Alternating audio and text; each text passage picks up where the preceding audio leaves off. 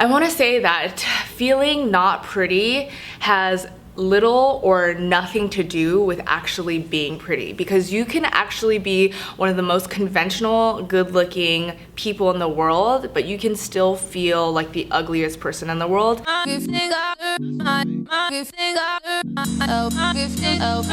Hello, welcome back to the AM with Amy. Today I'm doing a topic submitted by quite a few of you guys.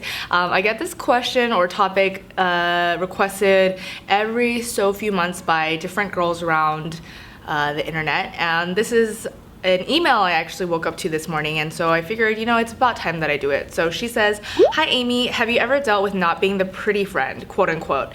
I feel like ever since being in college and going out with my friends, I'm never noticed. It's always my friends who get noticed by boys. I feel like I seek validation from others telling me I'm pretty or getting quote unquote hit on at a party, even when it really doesn't matter. No matter how much I try to get over it, it still bothers me not being quote unquote pretty enough. By the way, thanks so much for everything you do. I've been watching your channel for years and I'm so proud of how much it has grown. Your AM with Amy series is a weekly staple for me and helps me get through my week. Thanks again." Thank you so much, Chelsea, for writing in. Thank you so much for your sweet words.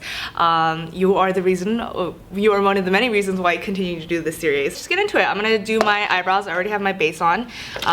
So I know in the last AM with Amy I talked shit about this product, but I actually really like it now. It does have fiber and it's the only eyebrow product I've been using, but I still do really like the Maybelline Brow Precise. Anyways, so to answer your question, I feel like everybody at least once in their life doesn't feel pretty enough, especially within your own surroundings or your group of friends that you're with.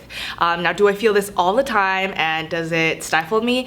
No, not exactly, and I've never been someone who's been...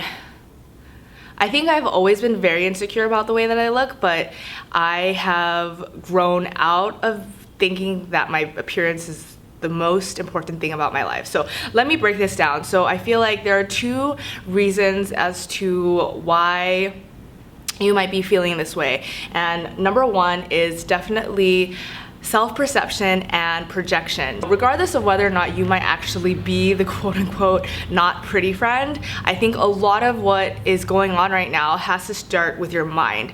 And so a lot of it is the way you perceive yourself. Like, because you feel like you're not the pretty friend, you now become the not pretty friend because you act in that behavior and you think that way about yourself. And in a way, it's kind of like a self-fulfilling prophecy. And so why I say self-perception and projection, it's because when you think of yourself that way, you start to project your thoughts, your beliefs, and your patterns onto other people. You start projecting. So for example, it is like when, it's like the quintessential example of when you are getting dressed, or like in the movies when a woman is getting dressed and she asks her boyfriend for an opinion or something like that, and he says something completely different and apart from if that woman looks fat. But her immediate response is, "Are you saying that I look fat?" But he said completely nothing of that sort. And she's projecting, and so much of what we feel about ourselves and what we think others feel about ourselves is projection. You say out loud, like, "Nobody wants me on their team," but it's because you feel that you're not good enough to be on anyone's team. Projection is something that we all do and we're all guilty of, and I feel like I always try to catch myself when I project my feelings onto other people. It's because you think you're not pretty, and so you project that belief onto others and your peers and the guys that you meet at this party.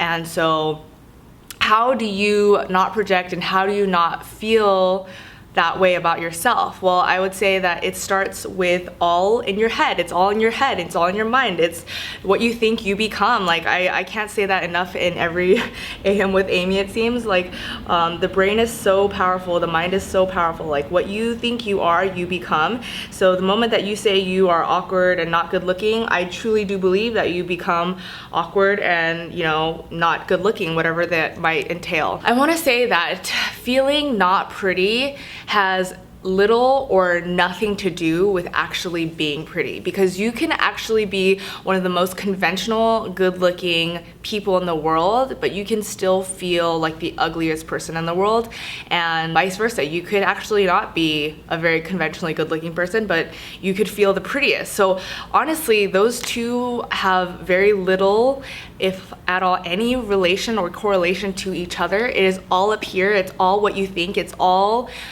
in your mind. And so that's why I say part of it is self-perception and projection. And then number two, a part of why you feel not pretty is also, it could be because of your surroundings. And I want to say that whether or not you feel pretty or are pretty or whatever it may be, you want to make sure that your friends and the people that are around you are able to make you feel of value and to be of like substance. Does that make sense? So if your friends are constantly talking down to you, or they essentially are just not people who uplift you and kind of they enhance your insecurities, you should evaluate that. Yes, number one, it starts with you, but I feel like even when I felt the most insecure in high school, like I have always, and even if my friends were like conventionally prettier than me, I feel like I never surrounded myself with women who were not relatable. And I feel like even now, like whether or not someone is conventionally deemed prettier than me, I feel like all my friends always uplift me, always encourage me, always tell me how beautiful I am, and always they're my biggest hype women, you know what I mean? Hype men, hype women, hype people, whatever. Try to reevaluate your surroundings and be with people who, regardless of whether or not you look a certain way, they just make you feel awesome, because your friends should be that way. And I feel like my friends all throughout college and all throughout high school, I always made sure to surround myself with people who just always made me feel pretty, even when I couldn't feel that way about myself. And so it's like it's a two-part thing. It's like, how do you feel about yourself, and like how are you projecting that onto others, that belief of not being pretty enough? And second, it could very well be your surroundings. Like, are you surrounding yourself with people who just make you feel good about yourself, people who encourage you to be the way that you are, people who just uplift you? I think a lot of people have this misconception about me in real life, is that I'm so confident, and in a lot of ways I am, but I think the way that I'm most insecure is about my appearance. When I explain that to my friends, like they're just like, what? Like, I don't understand, like don't you see like how I see you? And so that's why I'm saying, like, your surroundings and your friends and the people you hang out with really do have a big part in how you feel about yourself. But of course, the foundation of how you feel about yourself is the most important, but the people you surround yourself with definitely have a huge impact on the way you view yourself. So I would say, first, really try to think about why it is you don't feel good enough or pretty enough or whatever they might be, and see if you are projecting those feelings onto people. Because this is a very like lowbrow, I don't know, movie. I don't know. It's not like an Oscar-winning movie, but I saw Amy Schumer in I Feel Pretty, and I love the message of that movie and how they don't even show how she perceives herself to be. So let me explain the premise of the movie. It's basically Amy Schumer's character, who is deemed conventionally not good looking to society. She basically falls off a SoulCycle bike, and she just wakes up thinking she's like a supermodel. Like, she's so beautiful, but literally nothing about her changes, and except her insides, except the way she sees herself. And I love the message of the movie because so much of her life changes all around her just because of that belief that she is beautiful, that she's a supermodel. And I love that they don't even show like what she sees in her head, like a reflection of her, because like that's not what's important. Like, nothing about her changes physically, and everything changes inside her mentally, and that like attracts so much wealth and success and like a new boyfriend, etc. Not saying that those are important things in life, but I really did like the message of the movie, even though it wasn't like, you know, a super like critically acclaimed movie, but I did like the message a lot. And I think that is kind of like what I'm saying right now. It's like, it's how you feel about yourself, it's how you perceive yourself. The reason why Amy Schumer attracts so much more into her life is simply because she likes herself a lot. After she falls off the SoulCycle bike and hits her head and whatever, she likes herself a lot, and that makes people like her a lot. And I just want to say, people like people who like themselves a lot. And I don't mean that in an egotistical, arrogant, narcissistic way, but I always enjoy someone who is comfortable in their skin, someone who really loves and values themselves. I don't know why this is so hard for me to speak, but I always really enjoy someone who likes himself a lot, who values themselves a lot. Oh my god, I can't say the S. Regardless of your appearance, just remember that people like people who like themselves. And you really think about, do you like yourself? And I think that really exudes a certain type of energy. I did a gold eyeshadow. Can you see it? It's a little bit backlit, I apologize. I was trying to do a different corner of my house today, but don't know how well that's going. All right, so I just put all of Hourglass. Okay, so this is the makeup look. Let me do a quick little intermission for the makeup portion. I saw this gold glitter eyeshadow look with a strong wing liner on Pat McGrath's Instagram, so I'm just trying to do that. It's super simple. Like, I mean, that one looked really fast, or that looks really sped up. But anyways, so that's what I try to do. And I did it with the Scattered Light Glitter Eyeshadow Foil from Hourglass. You're probably gonna ask me, so how do I change the way that I feel about myself? And it is, the way that I see it is, everybody has improvements to make, not changes, but improvements to make, because everybody can improve. So I feel like instead of viewing it as an insecurity, start viewing it as an improvement to be made. And like growing up, I always felt incredibly insecure about my intellect, about how smart I was, because growing up in a predominantly Asian American community, you know, where there's SAT tutor academies on every corner, and just being second born to my brother who's also very smart, I just felt always really inadequate in the brain. And so I feel like it's so crazy to me that like people say that I'm smart, and like that is like something that I hear like being a 24-year-old now, but that is because it stems from my deep insecurity growing up. And I felt like, okay, if I'm insecure about this, then I need to change that. And so I'm always reading a lot. I'm always trying to feed my brain digestible content, and I'm always trying to just improve. And then growing up, I also was very insecure, of course, and I'm still a little insecure about my body. And so that's why I learned a lot about nutrition and plant-based diets, and I started reading books like The Omnivore Diet by Michael Pollan. All of your insecurities can be made to empower you, and the only reason why you're so insecure is that maybe you're being reactive as opposed to being proactive. Instead of like feeling sorry for yourself because you're not the prettiest, like I feel like you should try to mold and improve what's going on in here. And I think Sandy, I was asking her about this question, and she said like another thing is that like even if you are conventionally good looking, it's like that cannot be the only reason that you feel fulfilled or great in life. Oftentimes we actually feel that, you know, just like, I think oftentimes we hear about those stories or those models or people who are just seen as good looking, but they sometimes feel like, is this all that society likes me for? So for example, I have a best friend who is beautiful, and she actually has like the opposite insecurity. She thinks that she lacks in personality or intellect. I mean, obviously she has her insecurities physically, but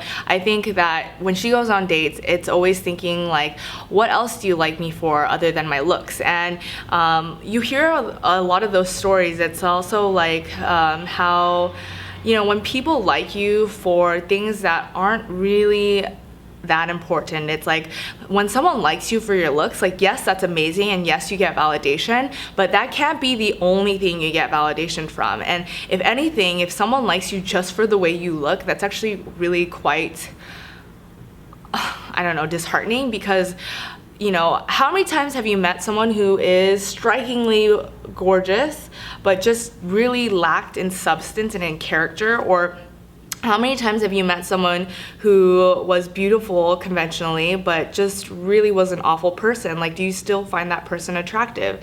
And so I think a lot of society puts so much emphasis on the way that we look, and yes, like so much of the way we look has to do with how we live our life. That's not the only place or way we get validation. Like, I find so much more validation when someone compliments my personality, or if I'm funny, or if I'm smart. And so I feel like the way that you feel better about yourself is by sharpening all of those qualities. You know, I've felt not pretty at parties, at college parties too, where I felt like there were much prettier girls than me, but I feel like the only reason why I can overcome that is because I know that, you know, I read a lot. So yeah, that girl might be prettier than me, but I can talk to you about politics, the Bauhaus movement, Mark Rothko is my favorite artist. We could talk about media arts. We could talk about YouTube. We could talk about pop culture and Justin Bieber. Like, I have so much to offer than just my outer appearance. I feel like if you have so much going on for yourself other than just your appearance,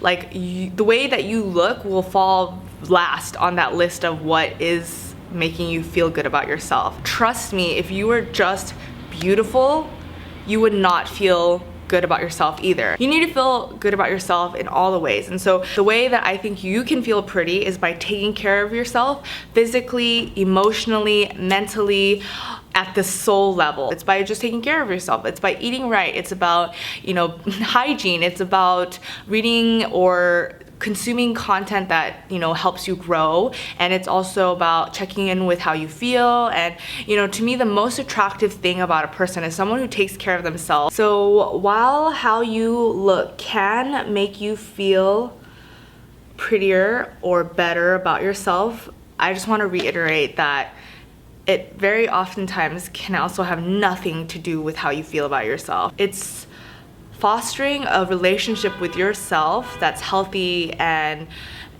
uplifting, because you could be the most beautiful looking girl in the entire world, but if up here is not fixed, then what good is any of it?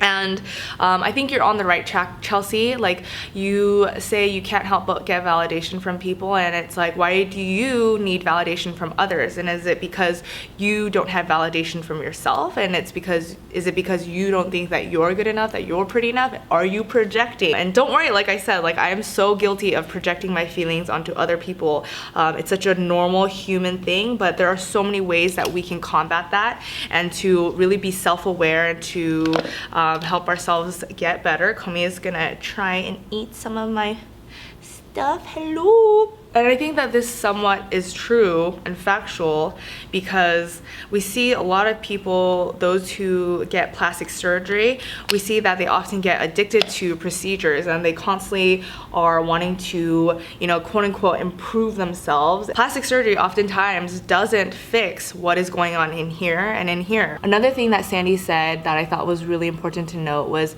she said whenever, you know, she gets complimented on her looks, she's like, that's great, but I was kind of born with that. I did nothing to earn that. It was just kind of a place of not only chance, but also just like privilege that you are not born, you know, conventionally not attractive. So it really has no weight or meaning to really be beautiful in a conventional way, because what have you done to really earn it? Whereas, you know, your work ethic, or how funny you are, or how compassionate or how kind and giving you are, those are things we have to, yeah, we're born with at some level, but those are things that we really have to cultivate and shape for ourselves. Whereas like our appearance is really just, you know, it's by chance. I think Casey Neistat said something, if anything, like, we should not like good looking people, because so much of their life is easier and privileged than those of us who are not deemed as good looking, because people who are not as good looking have to work harder and better for themselves. And another thing I want to say altogether is that not feeling pretty or whatever, it's like all of that is so subjective, and beauty is not an objective thing. Like, what you might find pretty or what another guy finds pretty could be something that another person thinks is so ugly. Beauty is definitely in the eye of the beholder, as you've heard this many times, but I just think that people love people who love themselves and not in an arrogant or egotistical way. And so I think that everyone should just focus on self-care and fostering the most important relationship, which is the relationship with you. This is Fenty Beauty in Uncensored. So I'm gonna leave you with one last quote, and it says, "There is nothing more rare nor more beautiful than a woman being unapologetically herself, comfortable in her perfect imperfection. To me, that is the true essence of beauty." Dr. Steve Maraboli. I hope I said that right. But I hope this helped you out. Hit that subscribe button if you're new to the Amy Lee family. It doesn't sound as good as saying the Vagabond family, but I have a whole playlist of the AM with Amy's at the end of this video, so check it out, and I'll see you guys in my next one. Bye. We'll never do this backlit thing again. I think none of my makeup shows. Oh, Sandy was here the whole time that I was filming.